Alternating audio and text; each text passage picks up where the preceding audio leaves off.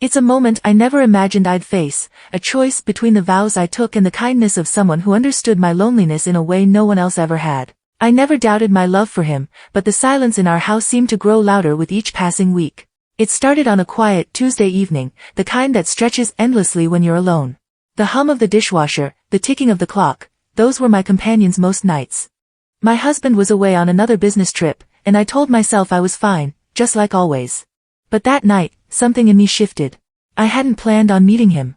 He was just the man next door, the kind of neighbor everyone admires from afar but rarely knows. Widowed for years, he carried himself with a quiet dignity that intrigued me. I'd see him trimming his hedges or sitting on his porch with a glass of iced tea, always with a warm nod or a soft hello.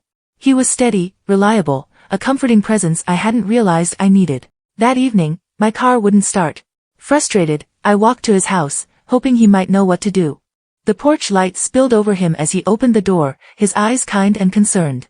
I stammered through an explanation, feeling foolish, but he just smiled and grabbed his jacket. "Let's take a look," he said, his voice steady and reassuring. We didn't fix the car that night, it needed more than either of us could manage, but something else shifted. Standing in the driveway, laughing at my terrible luck, I felt a warmth I hadn't known in years. It wasn't romantic, not at first. It was something simpler, more innocent. He listened when I talked, really listened, and for the first time in a long time, I felt seen. From that night on, our paths crossed more often. A wave from his porch as I returned from errands. A brief chat at the mailbox. Little moments that stitched themselves into the fabric of my days. He had a way of making you feel like the only person in the world, and I began to look forward to those fleeting interactions more than I should have. I told myself it was harmless. Just a neighborly connection, nothing more.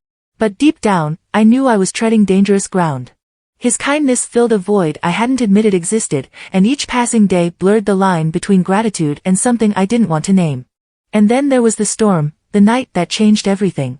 But I'll get to that. For now, just know this, it was the kind of moment that tests you, strips away the excuses, and forces you to see who you really are. And I wasn't ready for what I saw. It wasn't just about the car. Looking back, I realize it was never about the car.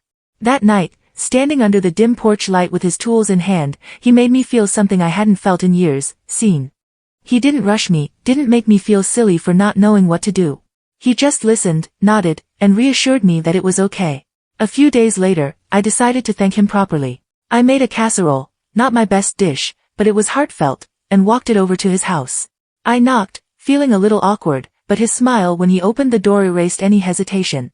He invited me in, and before I knew it, we were sitting on his porch, sharing a meal under a sky full of stars. At first, we talked about simple things, the weather, the neighborhood. But as the evening went on, the conversation deepened.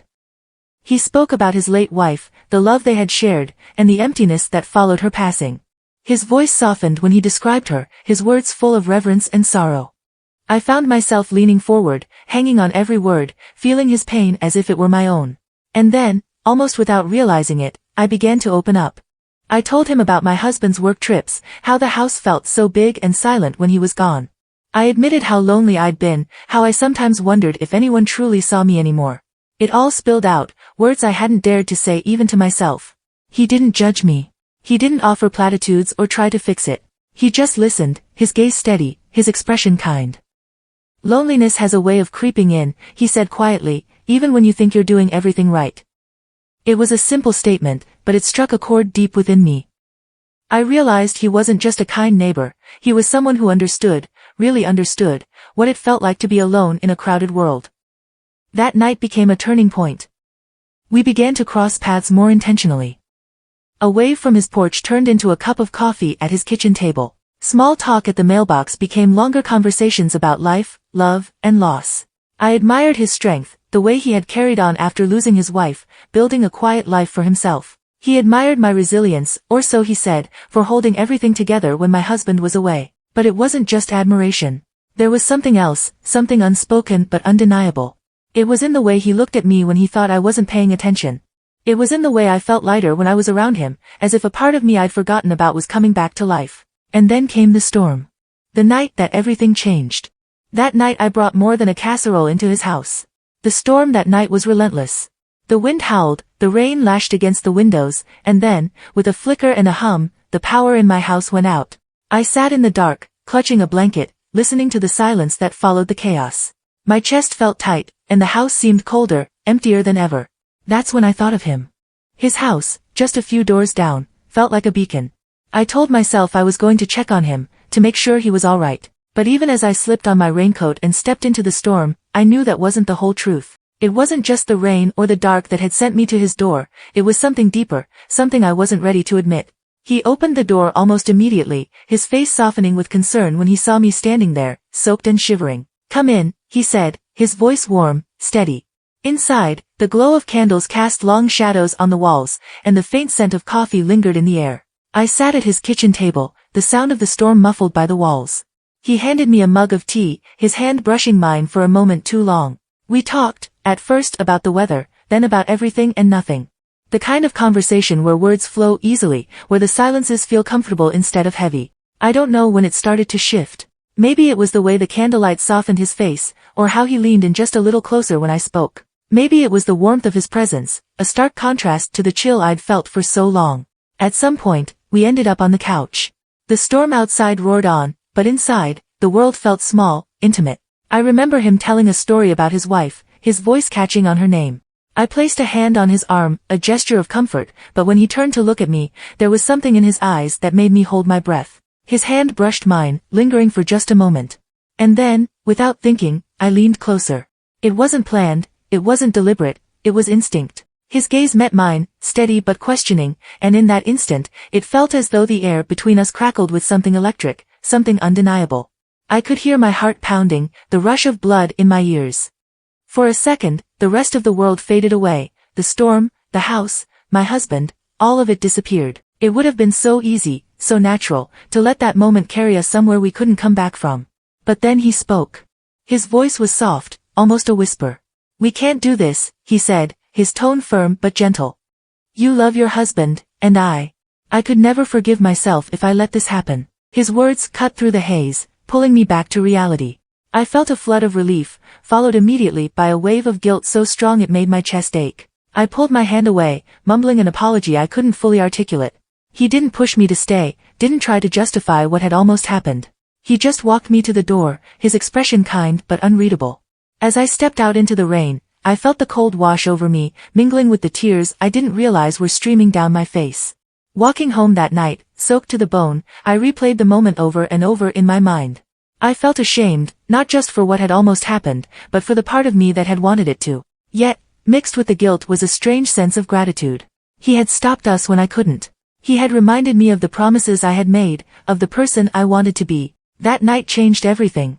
It was the moment I realized how close I had come to losing myself, and how easily one moment of weakness could undo everything I held dear. The morning after that stormy night, I couldn't avoid him. I didn't want to, even though part of me was terrified of what we'd say to each other. The guilt was a weight on my chest, but so was the need to make things right. I found myself at his door again, this time under the clear light of day. When he opened it, the warmth that usually greeted me was subdued, replaced by an expression that mirrored my own, a mix of regret and shame. We didn't waste time pretending nothing had happened. He invited me in, and we sat at the same kitchen table where so many of our innocent conversations had taken place. But this one was different. He spoke first. His voice was steady but heavy with emotion. "I'm sorry," he said, his eyes fixed on his hands resting on the table, "for letting things get that far. It wasn't fair to you, or to him. I should have stopped it sooner." I shook my head, fighting the tears that were already threatening to spill. "No, I should be the one apologizing. I came here. I let my guard down. I let myself." My voice trailed off, unable to finish the thought. For a moment, we sat in silence, both of us wrestling with the weight of our own choices. Then he looked at me, his expression softening. "We were two lonely people looking for something we couldn't find on our own," he said. "But that doesn't make it right." His words cut through me, not in a harsh way, but in a way that made me confront the truth I'd been avoiding. We both knew what had drawn us together, his loss, my isolation, but we also knew it couldn't justify what had almost happened. We agreed it was a mistake, born out of weakness, out of a shared need for connection. And in that moment, I felt a strange kind of relief, not because we had avoided crossing a line, but because we could acknowledge our humanity without excusing our actions. When I left his house that day, it felt different than it had the night before. The storm had passed, both outside and within me, and I walked home with a renewed sense of clarity. I thought about my husband, the man I had promised to love, honor, and cherish. The man who had been my partner through years of highs and lows, even if the lows had started to feel more frequent. I thought about what it meant to truly love someone, not just in the easy moments, but in the hard ones too. That experience taught me something I hadn't fully understood before. Love isn't just about passion or fleeting connection, it's about loyalty. It's about choosing to stand by someone, even when the silence feels deafening or the distance feels insurmountable. When my husband came home from his trip, I didn't tell him what had happened. I knew it would only cause pain, and nothing had truly happened, at least, not in the way that mattered most. But I did tell him something else. I told him I missed him. I told him I felt like we'd been drifting apart, like the busyness of life had built a wall between us that neither of us had noticed until it was too high to climb. His response surprised me. He admitted he had felt the same way, that he'd been so focused on providing for us that he hadn't realized what he was leaving behind. For the first time in years, we sat down and talked, not about bills or schedules, but about us. About what we wanted, what we needed, and how we could find our way back to each other. It wasn't easy. Marriage never is. But that near mistake with my neighbor reminded me of what I stood to lose, and it gave me the courage to fight for what mattered most. As for him, my neighbor, I think we both knew we couldn't go back to the way things were. Our friendship changed that night, but it didn't end. We still waved to each other from across the yard, still exchanged kind words in passing. But the boundaries were clearer now, the lines unmistakable. And I think he found peace in that too. Looking back, I know I could have made a different choice that night. A choice that might have satisfied a momentary ache but would have shattered everything else. I'm grateful I didn't, and I'm even more grateful for what it taught me about myself, about my marriage, and about the power of staying true to the promises we make, even when it's hard. I know some of you might be sitting there, shaking your heads, wondering how I let it get that far. And believe me, I've asked myself that same question more times than I can count. How did I allow the loneliness, the longing, the quiet ache for connection, to almost lead me down a road I'd never forgive myself for taking? But that's the thing about being human, isn't it? We stumble. We make mistakes, or in my case, we almost do. It's the almost that's haunted me, but it's also what saved me. I've come to realize that life isn't about avoiding temptation, it's about what we do when it stares us in the face. It's about the choices we make when no one is looking, when it would be so easy to justify giving in. I could have crossed that line that night. It would have been simple, effortless even, to give in to the comfort he offered, to let myself believe that one moment wouldn't matter in the grand scheme of things. But deep down, I knew better. I knew that moment would have changed everything, not just for me, but for my husband, for my neighbor, for the life we'd all built in different ways. And so I chose to walk away. Not because it was easy, but because it was right. Because the vows I made to my husband still meant something to me, even in the silence and distance that had grown between us. And here's the thing I want you to understand, it wasn't just about him. It wasn't just about staying true to the man I married. It was about staying true to myself. To the person I want to be, the values I hold dear, the life I want to look back on without regret. We're all human, and we all face moments of weakness. Moments when the weight of our own loneliness or pain feels unbearable, when the comfort of another person feels like a lifeline. But it's what we do in those moments that defines who we are. So I'll leave you with this. What would you have done if you were me? Would you have given in to the moment, let the ache in your heart outweigh the promises you made? Or would you have chosen to walk away, as I did? In the end, it's not about what we almost do, it's about what we decide not to do. It's about the lines we refuse to cross, no matter how tempting they might seem. And for me, that made all the difference.